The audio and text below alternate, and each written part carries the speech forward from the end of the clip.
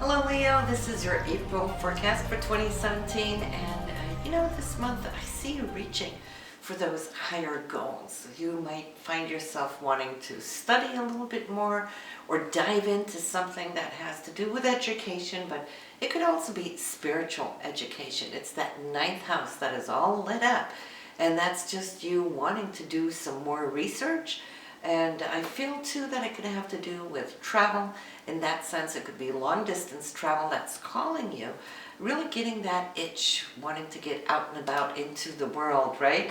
And this is because we have Venus, we got Sun, we got Uranus here in this area. And so of course it's those faraway places that are holding the magic for you. And if you're looking to get stuff done as far as passports, visas, green cards, this is the area that is functioning and it's lighting up for you. There might be a little delay going on here also as Venus retrogrades here in this area and will be until April 15th. Now Venus will dive out of this house back into the 8th house where it was there more so in March. But that is okay because that's you allowing yourself to kind of get a little extra time to look at shared resources, your funds, your investments, your savings, and so forth. Kind of needing maybe to retweak or redo those things. It could be how you and your partner are sharing the resources between the two of you, or it might just be looking at wanting to fix things within trusts or, like I said, investments and so forth. Venus rules money. It is in the 8th house of also the money that you save, put aside, and so forth. So see that as a good thing. It's giving you that extra chance to kind of look at what you might have passed by in March. So end of April, coming into May, I feel that you can wrap all that up. Then Venus will come back into your 9th house. And again, you're going to feel so stimulated by dreaming about those faraway, distant beaches and so forth. But the Sun and Uranus is helping you actually to get your ducks in a row as far as looking at what you need to have done as far as either education, like I said, if you have a lawsuit too, maybe pending or whatnot, this would be the time for you to take action and expect action, that you can get it all wrapped up. The research being done now as far as work and career is in question. I feel that once the Sun moves into your career area, this will allow you to pretty much more get on board with a flying start after the 20th of this month, when the Sun will dive into where both Mercury and Mars is. This is you now really. It's like lighting fire up under yourself because you're so goal-oriented right now, Leo, and making headway too. That is even more so important. Mars being in Taurus allows you to really feel your willpower, that this is what you want, right? And you have that in your career house always, but having Mars there, which is very fiery and testy, you're feeling your needs stronger than normally. And every 2 years you'll have a short time, a little transit where Mars will fire up under it. That's where you are right now. So you can make a lot happen within a very short amount of time. Mars is direct, it will not retrograde, so it's zooming through. So you really want to catch the train while it is at the station. So if you're looking for a new job, a new position, or hoping to get a higher position, this would be the time to take the appropriate steps towards it to ensure that your next 2-year cycle will work out the way that you desire, right? We have quite a few retrogrades going on right now. We mentioned Venus, which will be retrograde till the 15th, but then we got Mercury. Mercury will retrograde April 10th through that of May 14th. Mercury is starting out in your 10th house, so you get the foot over the threshold into the area of your career. Then it's going to retrograde, go back into your 9th house, and that won't be before the 20th, so you have until the 20th to work what you need to work as far as your career. Get your ducks in a row there. Yes, it is going to retrograde on the 10th. On the 20th, it's out of your career house back into that 9th house area. But then, once it turns direct, you'll have a second go of the direct Mercury. In your career house, the Sun will be out of there, the Mars will probably be out of there, but then Mercury will follow up what the Sun and Mars laid as a new foundation for you.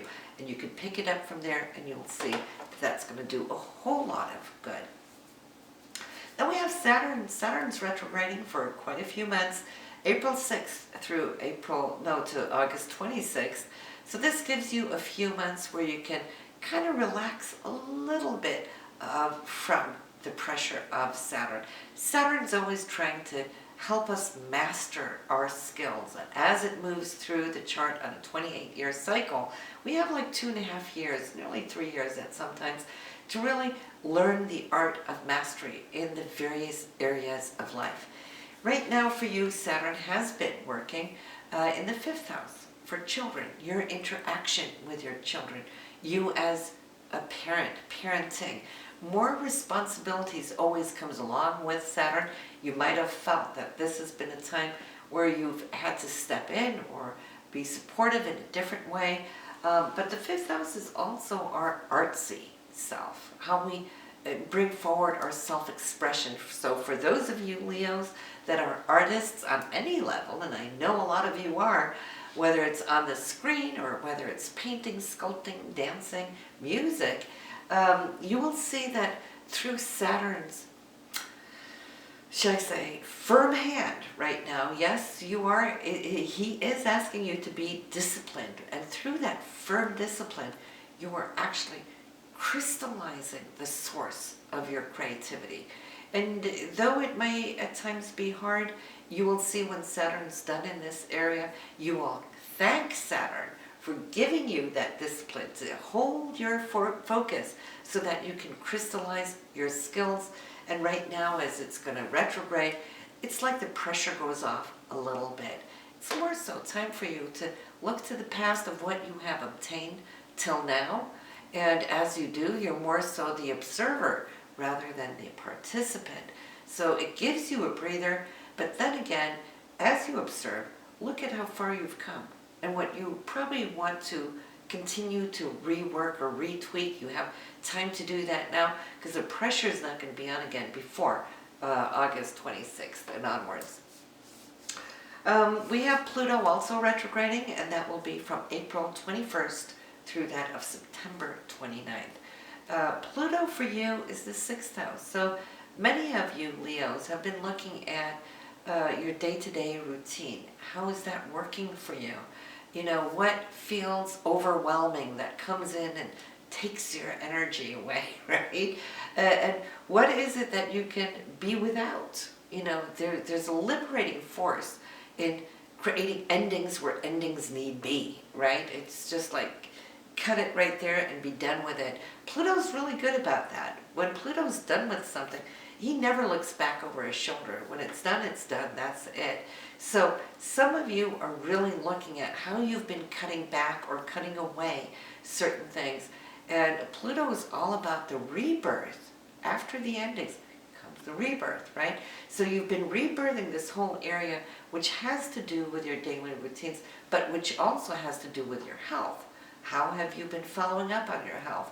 Are you paying attention to it, or is it just fast food? That kind of thing, right? So Pluto now going retrograde will take some of that intense focus off of it. So now you can relax a little bit. You can start now just experiencing the feel of how far you've come and what Pluto has done for you over this last year. And in that, you become the observer of it again, rather than the participant. It's more like time to trust it, to go on autopilot. When you're starting to drive a car, all senses are open. You're looking at all mirrors and you're looking at the clutch and everything all at once, right? But then once you've mastered the skill, you don't even think what you're doing. You're on autopilot, right? And that is what Pluto's going to do for you right now. So let's look at what's going on. On the 3rd, we got Venus moving into Pisces, right? Back, should I say, into Pisces. So, because it's just crossed into Aries. You've had that for a little bit. and now it's moving back into, like I mentioned earlier, back into the 8th house, where it's going to remain so you can work at and tweak those things that are important financially. On the 6th, we got Mars and Pluto beautifully lined up. Mars being in your 10th house for career is allowing you to carve out that path of the goals that you hold. Even if you're not working, we all have goals that we're trying to attain, right? And so I can see, whatever the deal is, that you're really not just feisty, but you're really bullheaded right now to get to that destination. This is good. Pluto here is helping to support you to get what it is you desire, and around the 6th, I feel that that could be exactly what you can receive. On the 7th, though, we have some choices, and I'd like to say, when we're making these kind of choices, like the Sun opposing Jupiter, is to be aware not just to jump out with all your enthusiasm. We want always to do that with Jupiter, right? Jupiter is a lot of fun. However, though, there's always two sides to a coin, so before you make that choice, make sure you're looking at it from the other end, whether it's balanced or not. If not, there can be regrets coming from it. And on the 8th and 9th, we have first Venus squaring up with Saturn. Now, that could be a money issue with your partner, or it could be also with a child, because Saturn is in your 5th house. So maybe there's some discussions about money, where money's going, maybe either whether that be allowance or you're supporting somebody at college. Whatever the deal is, I see there is some negotiations going on, because the Sun, being you, you're looking at what is fair. It's that 9th house Sun. And Pluto, though, in the 6th house, you might feel that you're not wanting to do it in the old way. Maybe there is a tweak or a turn. Remember, Pluto is on its way to retrograde. It's not yet retrograde, but it's been slowing down. You've had some thoughts about this, and this could be the time where it's all going to come out in the wash. On the 14th, though, I see you being really happy-go-lucky. There is unexpected news. It's that annual meeting between the Sun and Uranus. The Sun is always you, right? It's the I am force. Now, when it comes with Uranus, it's that wild card. It's the wow factor, the unexpected. Now, this can turn out in a couple of ways. Either it would be you getting or attaining some divine insight from above. It's in your 9th house. And Uranus is always the higher mind. So it's not the linear mind, the way we think from A to Z when we make plans or conceive ideas. Uranus just dumps it on us. It's a full zip-load download. And it's that eureka moment of, oh my God, I can see it now. That is going to come to you. Now, even if this idea is not something you can act upon on the very day you receive it, I would say, not just make a mental note, but write it down somewhere, because it's excellent. Whatever revelation coming to you that you can act upon down the road, weeks or even months from now. But the idea, the concept, it is one of those things that holds a portion of liberation for you. 15th, Venus goes direct. On the 17th, this is the romantic night of the month. Venus and Mars are doing the dance. When they are so beautifully aligned, there's happiness, there's joy, there's just a feeling of flow, right? You're not up against anything. It's just congelling together here, and also being supported by Saturn in this beautiful aspect to the Sun.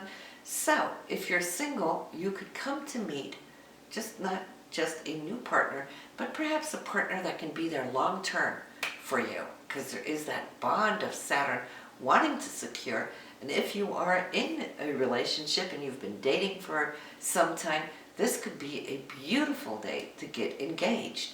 Some of you might even find yourself getting married. So anyway, the aspects are beautiful for the 17th. On the 19th, we have the Sun moving into Taurus. So your consciousness has all been about wanting to initiate. That's what No, that's what Aries does, right? You've been like this entrepreneur in your own life. So that is slowing down. You already know now, or by now, should I say, what it is you want. Now it's the time to go after it and try to manifest it. That's what Taurus does. It brings security. So after the 19th, you'll feel good about it. You know where you're heading, and I see you striving for it. On the 20th, the Sun and Mercury are conjunct. They are also meeting right smack here on the cusp of your 10th house. As the Sun is moving into your career, Mercury's moving backwards, back into the 9th house, right? So they're like passing ships. And it could be a very strange energy because the Sun is moving forward, Mercury's moving backwards, and yet they're right on the cusp. So that could be a lot of things taking place there on the 20th. 21st, we have Mars, which is your drive, your goals, and yes, it's moving out of your career house. So up until the 21st, do what you can to move forward with your goals, especially in your career, because now you're going to turn on all the social butterflies that you have within you, and this is where Mars is going to be very, very active. Meeting up with old friends, partying perhaps a little bit more with them, grilling, having potlucks and whatnot. It's a beautiful time too as we're coming into spring, and I can just see a whole lot of interaction, communication, also with groups and organizations as well. Mars will definitely want to initiate whatever now feels that it can support those goals that you have chosen for yourself right now. It's like, who's coming on board doing this with you? That can be something that you'll be looking into. And then I do want to mention, while I recall it, if you're not getting these videos on the day that it uploads, which it should do if you are a subscriber, but there's been several subscribers reaching out saying that they're not getting it to their email, then you just need to go up there to your YouTube settings, or maybe it's on this side, and look at that, because then you're probably crossed off where you're asking to have YouTubes sent to you occasionally. That means that you won't always be getting these YouTubes directly to your inbox. So you just want to uncheck that and put it in that you want your regular subscriber uploads, and you should receive them. It's just a good thing to know. So where were we? We were coming to the 21st. On the 21st, we have Venus and Saturn. They're square. They're not too happy, but Venus at least now is direct. So it's more like whatever took place on the 8th of the month, where you had that little hiccup between values and so forth, either with a partner, significant other, it could be a boss, whatever it is. I'm seeing now that as Venus is moving forward, it's going to readdress that issue, and you can see how it now at this point will work that much better for you. But it's still somewhat in a square. I can't even say somewhat, because it is a square, meaning that they're not seeing eye to eye.